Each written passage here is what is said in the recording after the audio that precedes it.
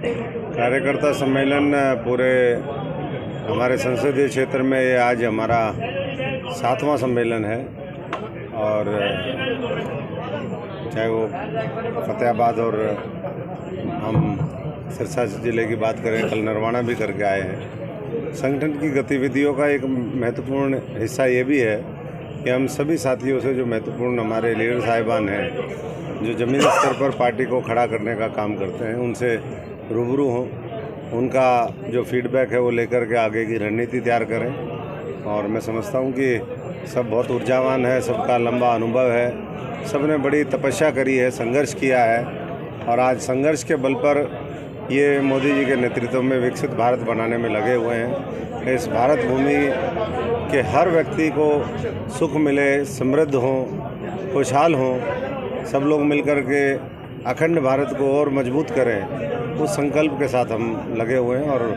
मैं समझता हूँ कि 2024 के इस लोकसभा चुनाव में जो भारतीय जनता पार्टी ने एक लक्ष्य रखा है कि पूरे देश के अंदर 400 पार सीटें एनडीए ले, 370 से ज़्यादा भारतीय जनता पार्टी ले, उस लक्ष्य की प्राप्ति करेंगे। और सिरसा भी ऐतिहासिक मार्जिन के साथ ये सीटें जीतेगा, क्योंकि विपक्ष कहीं है नहीं और ऐसे में जो है लोगों का विश्वास वो मोदी जी के ऊपर है, मोदी जी की गारंटी के साथ है।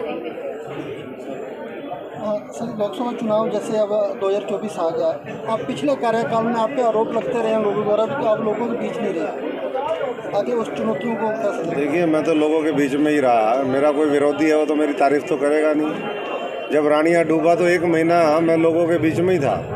मेरा एक्सीडेंट हो रखा था, उसके बावजूद भी था, वो नहीं बताया किसी ने। तो ये सब दुष्प्रचार होता है। जितना समय मैंने दिया उतना किसी सांसद ने मुझे नहीं लगता कि दिया होगा, कोई तुलना का बात नहीं है। और आज अगर भारतीय जनता पार्टी ने फिर दोबारा उम्मीदवार बनाया है तो मैं शीर्ष नेतृत्व का धन्यवाद करता हूँ, हमारे सभी नेताओं का जो स्थानीय है और सिरसा की जनता का। उसी जनता ने तो ये फीडबैक दिया कि तंवर जैसा तो कोई आया ही नहीं यहाँ पर। बहुत बहुत धन्यवाद करता हूँ मैं। हाँ, बिजली मंत्री जी के कार्यकर्ता आपके साथ में चलते हैं? सब साथ हैं, जो भारतीय जनता पार्टी के साथ हैं वो सब हमारे साथ हैं, सब चल रहे हैं। उनसे भी हमारी मुलाकात हुई, हम सब लोग जाकर के मिले थे। तो अभी तो चुनाव की नोटिफिकेशन ही हमारी जारी नहीं हुई है, ये तो कोड ऑफ कंडक्ट लगा पूरे देश के लिए। हमारा अभी 6ठे चरण में है, हम तो बहुत एडवांस चल रहे हैं। तो अभी जब रूपरेखा तय होगी, अभी संगठन का प्रभारी जी हमारे यहाँ पर आए, क्लस्टर के प्रभारी हैं। सबसे पहले पूरे हरियाणा के अंदर जो मीटिंगें हुई है इस तरीके की, जो हम जिस तरीके से पूरे शहर में एंट्री के साथ वो किया, तो ये सबसे पहले सिरसा पार्लियामेंट में ही हुआ है। आज कांडा बंधुओं के कार्यकर्ताओं द्वारा खारिया में मीटिंग की गई, क्या कांडा बंधु आपके साथ चलेंगे? मैं कह रहा हूँ, जो भारतीय जनता पार्टी के साथ है, मोदी जी के साथ है, भारत माता के साथ है, वो सब मेरे साथ हैं। एक सिरसा जिले के 26 गांवों ने बीजेपी का विरोध किया है पानी की मांग को लेकर, कहना कि वो बात मेरे संज्ञान में आई है, वो हमारी वार्ता चल रही है और मैं समझता हूँ कि उसका समाधान हमारी प्रदेश की सरकार निकालेगी। सर, कांग्रेस पार्टी से पहले एमपी रहे हैं, आप भाजपा के साथ सपोर्ट कर रहे हैं, किन मुद्दों को लेकर के आप जनता के सामने? मुद्दा तो सबसे बड़ा देश का मुद्दा है।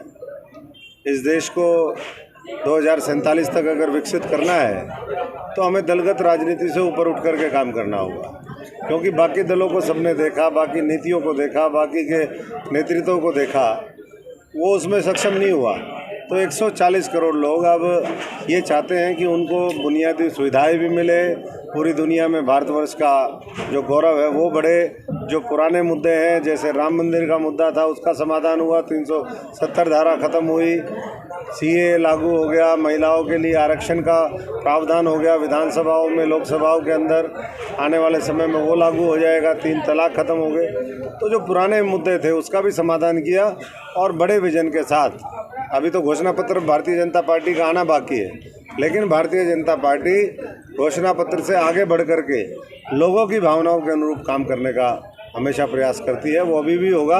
और यहाँ और कुछ मामला नहीं है, मुद्दा सिर्फ कमल का निशान है और नरेंद्र मोदी जी को 400 पार से सीटें बढ़ा करके देने का। आप अच्छे मार्जिन से जीतकर लोकसभा में जाते हो, सबसे पहले प्राथमिकता क्या रहेगी सिरसा के लिए? प्राथमिकता सारी डिक्लेयर करेंगे। अभी सबसे बात चल रही है हमारी, सारे साथियों से करेंगे, क्योंकि ये कृषि बाहुल इलाका है। तो फूड प्रोसेसिंग इंडस्ट्री यहाँ पर आए, नरमा यहाँ पर बहुत होता है, यहाँ पर टेक्सटाइल मिल्स की संभावनाएं हैं। तो जो भी ज़रूरतें होंगी इलाके की, रोज़गार के अवसर, उद्योग धंधे, उसको हम प्राथमिकता के साथ लेंगे और किसान मजदूर का भी जीवन बेहतर बनाने के लिए हम सबका प्रयास होगा। आप कांग्रेस पार्टी हमारी शैलजा जी का नाम चल रहा है, अगर वो मैदान में आती है तो कैसे? 20 साल पहले यही तो मैदान छोड़ के गई थी, वो यहीं से ही तो छोड़ के गई थी। अशोक तंवर यहीं 15 साल से डटा हुआ है, सुख में दुख में हर तरीके शैलजा से। से मजबूत मानते हैं आप? मैं कौन हूँ मजबूत अपने आप को मानने वाला? मजबूती तो ये देने वाले लोग हैं, सिरसा के लोग बोलते हैं ये बात। एक लास्ट बात, आप किसान आंदोलन पिछले काफ़ी लंबे समय से चल रहा है, क्या किसान आंदोलन का नुकसान होगा बीजेपी को? देखिए, किसानों की जितनी मदद मोदी जी ने की है, किसान सम्मान निधि के माध्यम से मुआवजा दे करके, अभी यहाँ पर चर्चा हो रही थी 2,500 करोड़ रुपए पूरे भारतवर्ष में सबसे ज़्यादा अगर किसानों को मुआवजा मिला है तो वो सिरसा जिले के अंदर मिला है। तो ऐसे ही आने वाले समय में पूरे संसदीय क्षेत्र में जोड़ लेंगे तो हम 5-6 हज़ार करोड़ रुपए हो जाएगा। यहाँ सबसे नहरों का जो जाल है वो सबसे बेहतर हमारे यहाँ, कोई भी किसी ने खाला निकलवाना है, नहर निकलवानी है, सरकार पूरा किसान को ताकत देने के लिए तैयार है। तो इसलिए मुझे लगता है कि किसानों की भी जो और बातें हैं उसको भी सरकार सुन रही है और मोदी जी से बड़ा कोई किसान हितैषी नहीं है।